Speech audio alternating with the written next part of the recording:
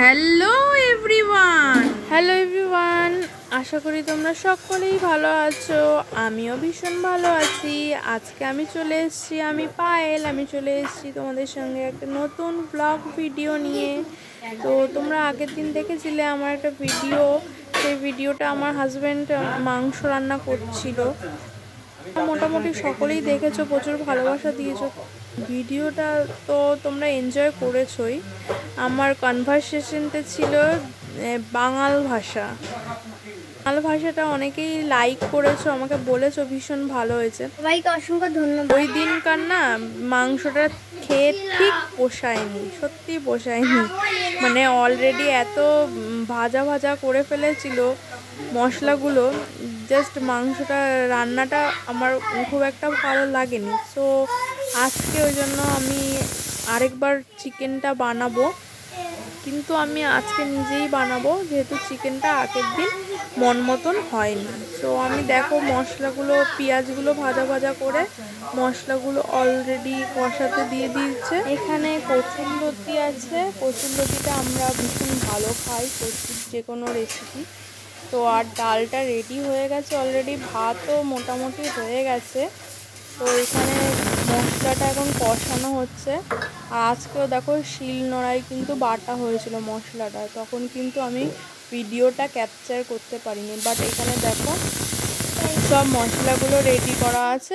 আর আমরা যেহেতু লাল মরিচ খাই না, সো আমরা কাঁচা মরিচটাকেই বেটে নিয়েছি।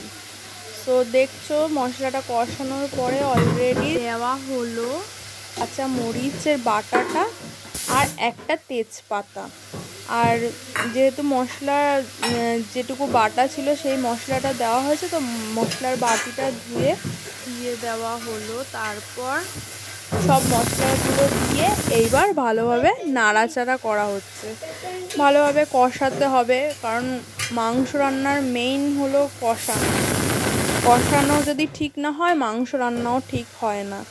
তো অলরেডি কষানো হয়ে গেছে, তারপরে মাংসগুলোকে ধুয়ে রাখা হয়েছিল, সো এইগুলো এখন দিয়ে দেওয়া হচ্ছে কড়াইয়ের মধ্যে। তো এইবার ভালোভাবে কষানো মশলাটার সঙ্গে ভালোভাবে ওটা মিক্স করে নিতে হবে। মাংসগুলো মিক্স করে নেওয়ার পরে তারপরে ঝোলটা দিতে হবে। আগে ফার্স্টে এটা মিক্স করে নিতে হবে। অলরেডি ঢাকা দিয়ে দিয়েছি, আর এতক্ষণ বাবুর প্রেশারে স্যুপটা হচ্ছিল অলরেডি।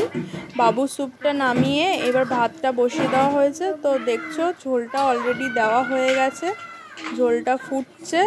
এবার গরম মশলাটাও অলরেডি দিয়ে দিলাম।